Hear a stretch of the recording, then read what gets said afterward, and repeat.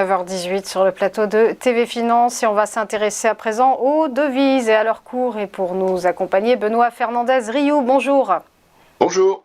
Vous êtes consultant et spécialiste du Forex. Et cette fois-ci, on va se focaliser sur la paire euro-US-dollar, la monnaie unique qui est au plus bas face au billet vert. On est tombé sous les 1,05. Oui, on est passé sous les 1,05. Là, désormais, on est revenu un petit peu au-dessus, effectivement. Depuis que la séance à la Cité a ouvert à peu près il y a un peu plus d'une heure, on est remonté quand même de 50 pips. Donc, on est maintenant au-dessus de 1,05. Mais il est vrai, vous l'avez signalé, qu'on est passé sous les 1,05 et ça a fait un petit peu peur la semaine dernière à tout le monde, puisque l'euro était un petit peu à la casse. Et comme vous pouvez le voir sur ce graphique très long terme, en weekly, donc en hebdomadaire, chaque bougie dure une semaine, ça nous ramène jusqu'à janvier 2017 pour avoir le plus bas ultime récent, c'est-à-dire les 1,0350, 1,0342 exactement, pour ce plus bas ultime. Et donc, vous voyez qu'il y a quand même de la marge par rapport au niveau de prix actuel. Alors la marge est faible. Elle est d'environ 150 pips, mais et puis là désormais 200 pips, puisqu'on est remonté 50 points plus haut, mais c'est tout de même une marge qui est là et qui est une sorte de marge de sécurité. Donc ça, c'est pour le graphique très très long terme en hebdo.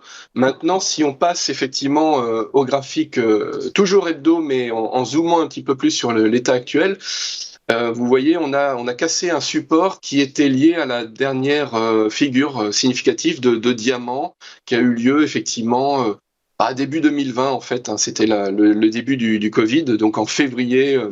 Mars 2020, et on a ce diamant qui avait fait repartir à l'époque l'euro-dollar vers des plus hauts, et désormais on a toujours en hebdo un canal baissier dans lequel on est toujours actuellement, et sur lequel les cours viennent de taper finalement l'oblique basse en support de canal baissier.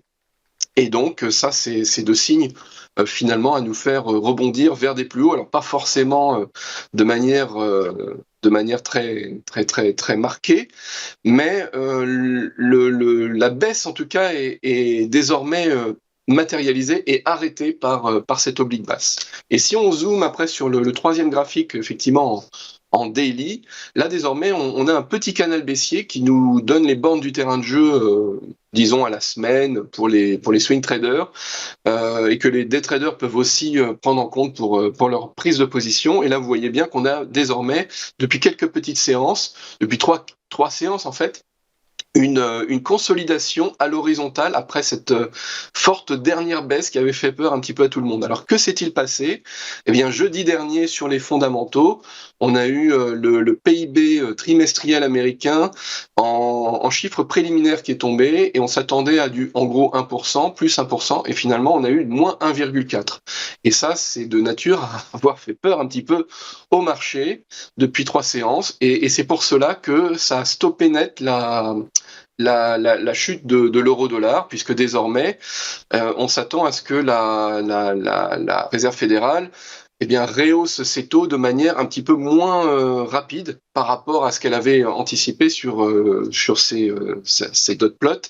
Et donc, on va avoir très certainement une atténuation du discours hawkish, et donc un discours entre guillemets un peu plus dovish de la Fed, notamment le 4, dans 2 jours, donc mercredi prochain, pour la prochaine réunion de la Réserve fédérale, où le consensus s'attendait à l'origine à 50 points de base de rehausse des taux. On passerait donc de 0,5 à 1% sur les taux directeurs US. Mais là, avec ce qui s'est passé depuis donc jeudi dernier, on a un peu plus d'incertitude sur cette décision, et donc cela arrête la baisse de l'euro-dollar, et cela va pas forcément renvoyer l'euro-dollar vers des plus hauts dans l'immédiat, mais en tout cas ça arrête cette baisse, on va dire, aux enfers de l'euro-dollar. Voilà ce qui se passe exactement depuis quelques séances donc sur l'euro-dollar, et tout ça va se matérialiser désormais, notamment mercredi prochain.